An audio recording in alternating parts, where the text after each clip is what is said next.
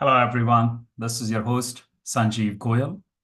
This month, we have invited Rajiv Khemani, an IIT Delhi alum, to talk to us and share his journey. Let's learn from him and understand how he has achieved amazing success. What is the secret of his success? Rajiv is a very well-known name in Silicon Valley. He has done 5 startups, and let's bring him and talk to him about his journey and what he has done and how he achieved all that from the hostel. Rajiv, what was your hostel, by the way? Well, nice talking to you, Sanjeev, and thanks for this conversation. I was in Aravali, the best Go Ara. hostel. Yeah, the best hostel. So, Rajiv, I have a very simple question for you.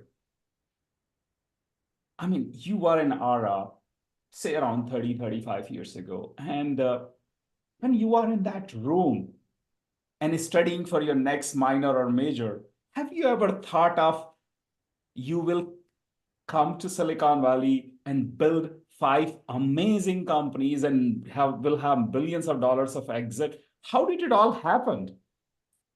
Well, no, I had zero idea at that time. Frankly, I had no clue how to do any of this stuff. I was just enjoying the time in IIT in the hostel. You work very hard and you almost give up on a lot of things when you're studying for the JE exam.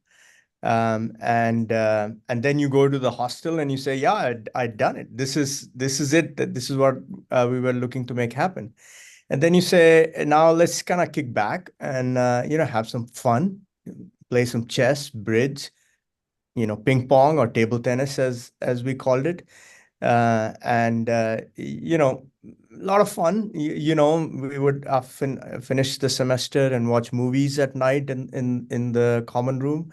We all know it used to be Just a lot like of fun. another kid right now in one of your room, pretty much is studying today, and who knows what he's going to invent in next What few he's years. going to invent. So it was a lot of fun.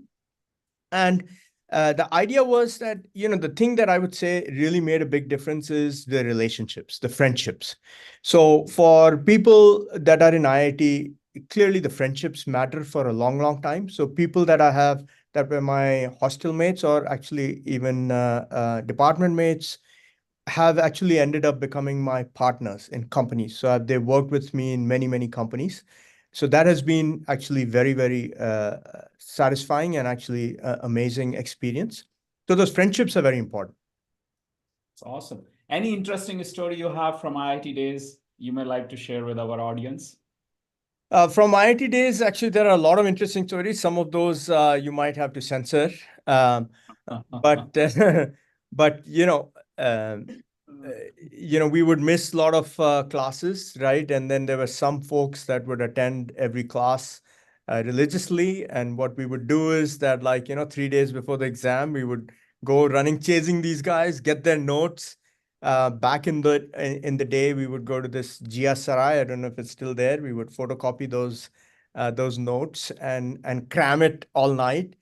Go to Kishan Lal, drink, so many cups of tea, and then go and do the best in the exam. So that happened many, many times, as you can imagine. Yeah, that's amazing. It reminds me of my time too in IIT. It's just fascinating how all of us have pretty similar. And what I want to share with audience is your story will not be very different than Rajiv's. Just remember that whenever next time you're studying for your minor, you know he was doing exactly the same thing. So Rajiv, fast forward, you came to America, and yesterday we were talking, and I find an interesting pattern. All of you are PhD dropout. Is there any secret to that? I think one thing is a sense of impatience and a sense of urgency, right? So PhD is people who go through PhD are amazing folks, right? And they have incredible patience to work on a topic for 3, 4, 5, 7 years. And so in my case, I was getting a little impatient and I wanted to get into the industry. mainly because I was curious how the work environment was, make some money, right? Buy a nice car and things like that. And so that sense of impatience, I think, is probably one reason why, people who drop out, and that sense of impatience and urgency continues for many years beyond that. Even today. Yeah. And the next word of our yesterday's talk was curiosity. And you talked about it. Can you share some interesting story for our audience where you felt like because of curiosity you have achieved this or you have that thing worked out for you? I mean, everything is curiosity, right? I mean, the world is changing more rapidly now than it ever was.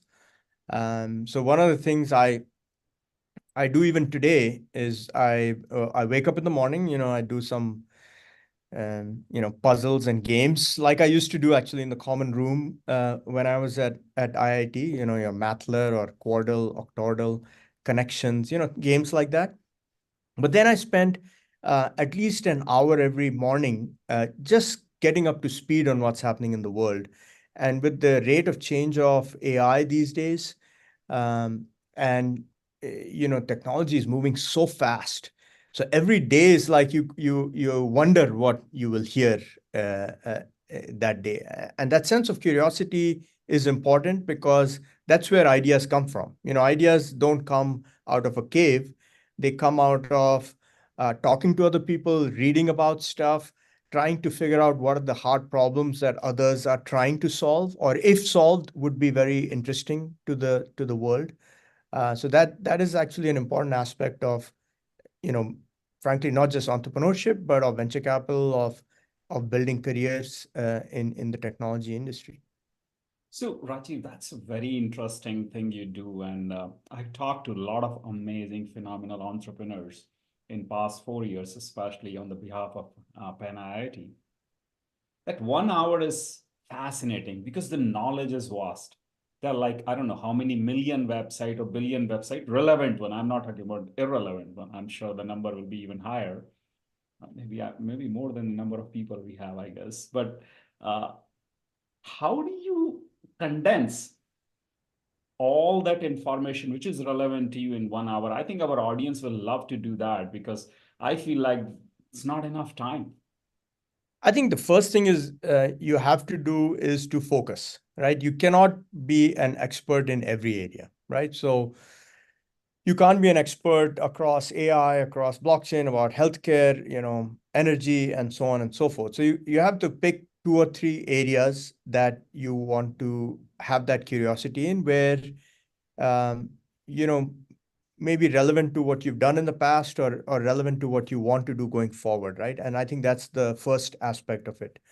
The second aspect, and again, this is what I do, and maybe not the only way it can be done, is I look for people and publications online that I have come to respect.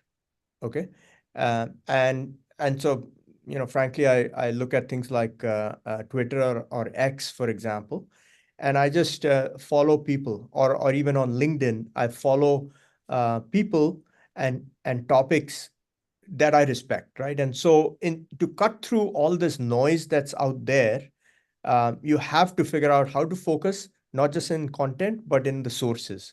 And if you can do that, that I think is the most efficient way of Learning. learning. No, that's huge. It is very helpful. In fact, I'm going to try it tomorrow itself myself because I was just wondering, and of course, the interest changes. It's very difficult to cut the clutter and cut the noise. So let's talk something serious. Now you are doing this new startup, or I will not call it a startup. It's a pretty big company already, or a dime, and where you took blockchain and AI, and can I say even semiconductor, and you are building something unique. And you're not doing crypto, you are not making bitcoins. So how you got that idea and how you come up with that vision to create something of this kind? Because I believe it is very, very unique. Yeah. The way it started was that when I sold my previous company in 2021, to be honest with you, I wasn't looking at starting anything new. My goal was to, take some time again and go into the learning mode, but help folks that wanted help from me, right? And again, one of the things I mentioned yesterday was relationships. And over 20 plus years, I've tried to make sure I build as many relationships, good relationships that I can. And so, and not just relationships as a customer, supplier, but in terms of friendships, right? And so people feel comfortable reaching out to me. And so that's really what happened. So my co-founder, Barun, who was actually a customer of mine when I was at Cavium, was looking for some help, and he reached out. And the help I offered him was like without any agenda, without any obligation on his part, and that discussion led to the creation of Auradine. Okay, so that was number one, even before the idea. Now, as we started to look at what to do, my view has been that to create great companies or great startups, you got to look at where the world is headed first. And back in early 2022, we saw blockchain was taking off in a big way. And what we said is, where is it that our talents, our skill sets are aligned in this area? So that was the second part of it. So we said, if you had to do something in blockchain, we know how to build silicon, we know how to build systems. That's the talent that we bring. And now let's take a look at what problems we can solve. Okay. And that's how we started the process. As I was helping him, he wanted me to become a co-founder. The VCs wanted me to become a co-founder. And so that became all a prerequisite of the financing. And that's how the company started. And then when we said, okay, now let's look at where is the market and what are some big problems that we can rally around. And when you create like a big mission, it makes it easier to attract capital, attract talented colleagues into the company. And then there's a great business opportunity as well, right? So that's how we got started in the blockchain space. Originally, we were not looking at AI because we thought that the AI space in the semiconductor world was already very crowded. But what happened is, as we all know, in beginning of 2023, generative AI exploded in a way nobody imagined. And again, we looked at where is it that we have talents that we can apply to this area, and can we build some unique value for the world? That's awesome. So, Rajiv, that brings me to my other question. You have spent almost 3 decades in semiconductor space. Different companies. Your first company even got acquired by Intel. You were leading a pretty large team at Intel, did phenomenally well there. And we saw in, like, I will say late 2010 and all, semiconductors start going down. And now NVIDIA is even more valuable than Google. It's not making any sense to me. Can you talk about it? Is Gen AI and this whole last 2 years, is it really real, or is it still like it's like internet bubble? I mean, that's a big question people are asking me, and I mean, I even wrote a book on the promise of AI, which I'm surprised a lot of people are using that title these days, which is good for me. But I'm really confused. If you can enlighten me, I'm sure audience will love your response and your take on it. Yeah, I think AI, like many exciting technologies like the internet before it and the cloud and so forth, has this characteristic where people always overestimate things in the near term and underestimate things in the long term, right? So I think AI, people just frankly don't even have an idea of how massive it will be, because what is happening is that, frankly, every industry and every aspect of our lives will get impacted by AI in one form or another. So it is, without question, a massive wave, just as big as the internet or the cloud or the mobile, or maybe even bigger, right? So I think it is here to stay. Now, with regard to near-term valuations, there is definitely hype. There is a supply scarcity, which has allowed NVIDIA to, do extremely well, increase their valuation and so forth. But I think people are working on addressing the supply constraints and so forth. So there could be potentially, and again, could be wrong for AI, it can just keep going up, but there could be some, reality setting, if you will, for AI in the near term. But in the long term, I'm super bullish on what AI will do for all of us. So coming back to the semiconductor, what baffles me, there is only one company, NVIDIA, can build a GPU of that kind or that level. Why other companies, Intel, AMD, I mean, there are a lot of other companies have GPU, and Intel and AMD are in that space for a long time. How can they missed out? And is there a technological limitation, or is there anything else happened? Well, NVIDIA has not just built a GPU, but they've built the full stack, right? And people look at NVIDIA as a semiconductor company, but they have evolved into selling systems and solutions. So they actually don't sell a GPU chip.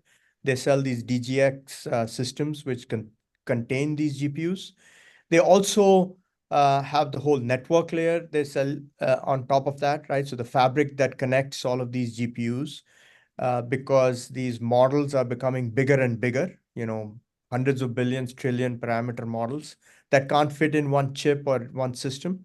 So that requires spreading it across lots of GPUs, and you need a network for that. And on further, even on each chip, you need this specialized external memory, which is called HBM, high bandwidth memory. And there is a scarcity associated with that. And NVIDIA has access to a lot of supply, right? So that's just the hardware piece of the equation. But NVIDIA has done even more. They have the CUDA software layer, and they were working with these universities and model companies when the market wasn't really there, right? And that actually has paid off really big for them.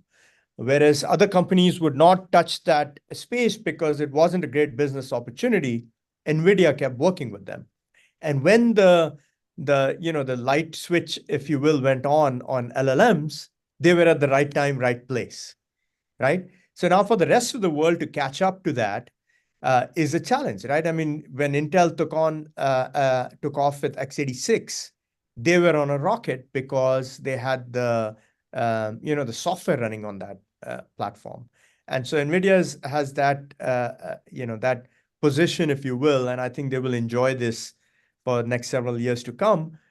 Certainly, I expect that in this new world where there are cloud providers and Intel, AMD, etc., and various other startups, there will be other options in the coming years. But certainly, NVIDIA has a huge, huge advantage.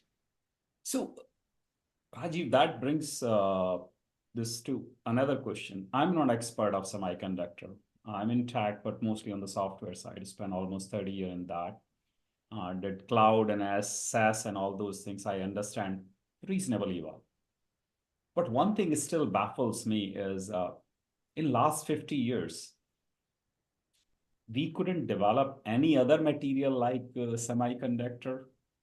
Or is that even a question, or should it be even looked at it, or you think it's not even needed? We are far ahead and it doesn't worth looking at it. Just like electricity, the way it works is perfect. Why perfect it better? Well, I think in the long arc of history, semiconductors have been around for a very short window of time, right? They just started a few decades ago. And, the famous law that everybody talks about is Moore's law, which basically states that things will double every 18 months or so.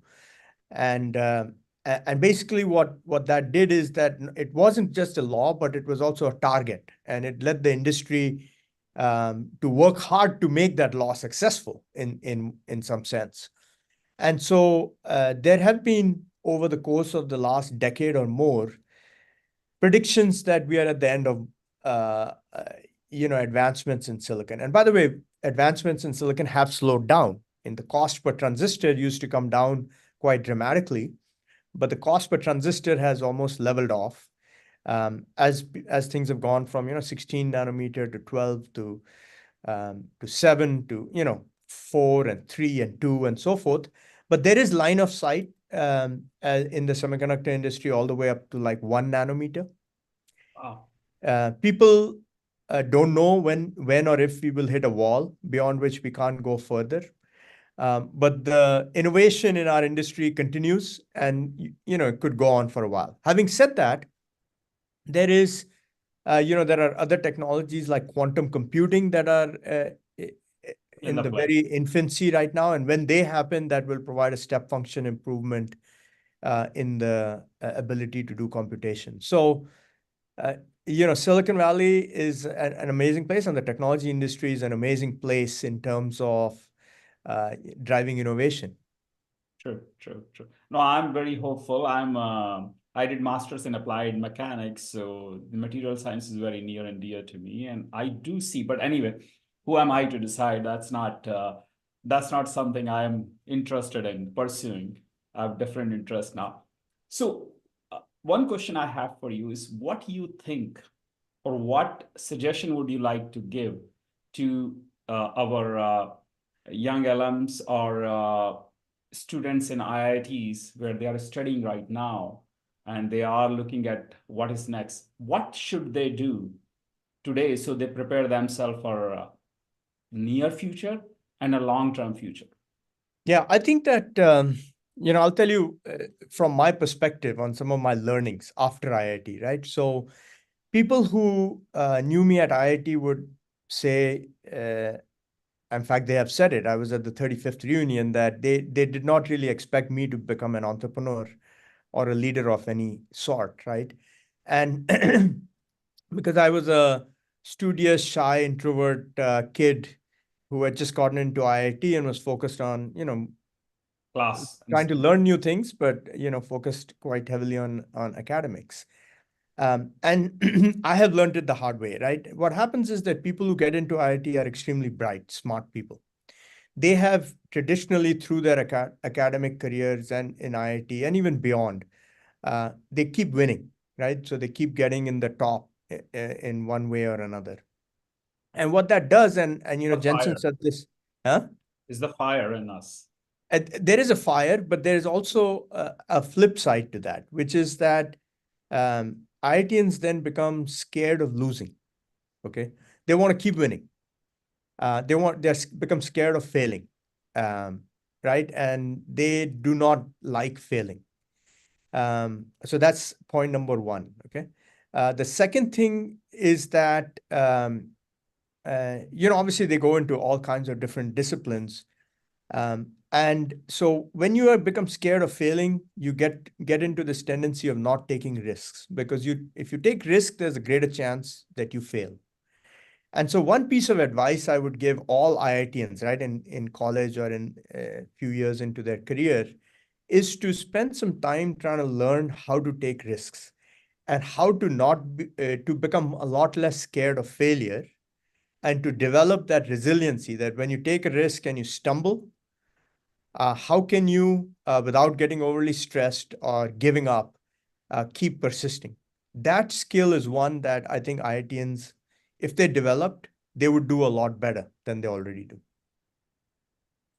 That's amazing. Rajiv, I can talk to you for hours. I think we should plan a podcast where there are like 10, 12 segments and learn new and interesting thing. But this is a very short segment. So before I close, do you have any parting thoughts for our audience? Yeah, I mean, we as IITians obviously have a lot to be grateful to IIT as well as to India for. So I think that that is my pitch, Rajiv. Yeah, that is your pitch, right? But I think that that is an important aspect. I think IITians should do that. When you achieve success, make sure that you stay connected with each other as well as with the university.